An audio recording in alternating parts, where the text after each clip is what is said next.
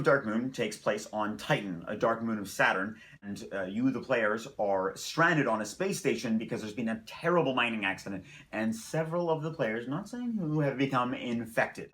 The players are going to roll dice and play cards and stuff to prevent the entire station from falling into disrepair while we try and figure out who the bad guys are. So the thrills and spills of Dark Moon are without compare for me to some other hidden trader games. It hits a sweet spot somewhere in between Resistance and BSG for me as far as the weight of it and the play length goes, which is fantastic. And the simplicity of it and how easy it is to learn allows for a lot of beginners to try it. It also allows for a little bit of devious play from some veterans of hidden role games. This game is going to get a lot of comparisons to Battlestar Galactica or the Resistance, and this, like she said, is a sweet spot. Battlestar Galactica is an amazing, exciting game, but it just takes too long. I don't get 3 hours of excitement out of it. Conversely, I find that every game of the Resistance is samey, where this is just long enough to give some gravity to the game while having tight enough mechanisms to make it go fairly quickly. Now, the way in which the cards are used and the dice are used obscures that information to keep people guessing, but also gives each player the agency to do what's best for their team.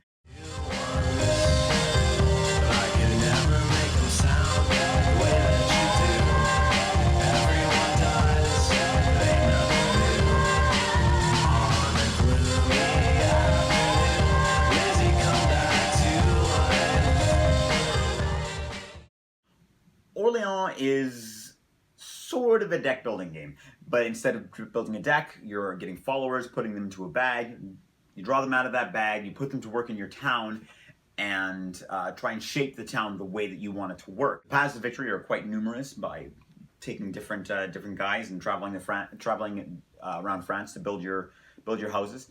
But the game actually feels quite brisk. It's something that I hadn't tried before was bag building, so I think it fits really nicely in the grander scheme of how this game plays out. So many options to try, the different ways that you can use followers and actions in your town to move around France, to do a bit of scholarly action on the bottom of the board. I yet haven't tired of figuring out the different ways to try and amass victory points, so it makes me happy to keep coming back. And that's kind of rare for a Euro nowadays. Orleans is a type of game that knows precisely what it's trying to do and just does it really, really well.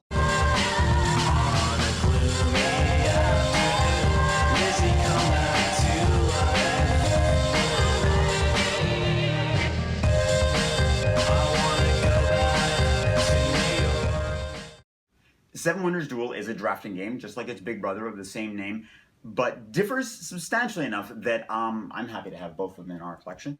Now, instead of drafting from a set of rotating hands, both players are drafting from a structure of cards. There's here a pyramid, there's a reverse pyramid for age 2, and there's some weird structure for age 3. Now, after the 3 ages, like Seven Wonders, whoever has the most points wins, unless one of the 2 players has claimed a military or science victory, which ends the game immediately. So Seven Wonders is a favorite of mine, but I really hate the 2-player variant. I feel like Seven Wonders Duel, it's really changed stuff up with the way it's crafted for 2 players. I really love the drafting aspect here, making the science and military a little bit less crushing and a bit more competitive and exciting.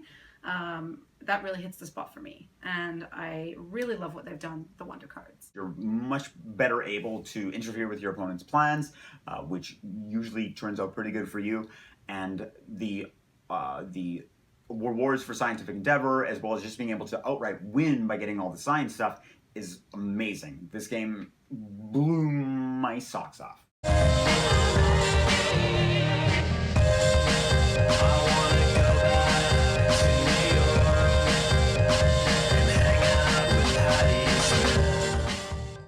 Next up we have Codenames, which is a great, simple, fun party/word game for 2 to 8 players.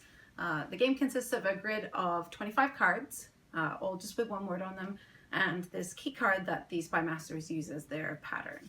Spy Masters will then give 1-word clues to their field operatives in order for them to guess the right cards in the pattern before the other team does. not hitting too many innocent bystanders, and definitely not hitting the assassin along the way. People who know me know that I enjoy being clever. Whether or not I'm any good at it is not for me to decide. But this game allows me to try and do just that. Whether I'm being the spy master and trying to think of just the perfect clue to get them to guess as many words as possible, or the field operative trying to decipher that clue. And I think the cleverness of this makes it a real gamer's party game. A little bit of strategy involved in the clue giving and the guessing, but it's also accessible for people that may not have played it before. Oh, absolutely! It's a very satisfying experience. I've introduced it to a lot of non-gamers, friends, family, and they all want to play it again immediately. One for the memories and the melodies I stole. From here on out, everything's ruined. I can't listen. So in order to keep you, the viewer, from being spoiled, we've replaced the components of Pandemic Legacy for this review with a cute dog. His name's Jake. Pandemic Legacy starts off with the basic same game as Pandemic. With Pandemic Legacy, things start to then change. Rules are added, the game is modified in a lot of ways, and everything you do in every month of this game has an impact on subsequent games of it that you play. Which really helps solve the problem I have with a lot of cooperative games where, okay, I've beat it, I get it, now what?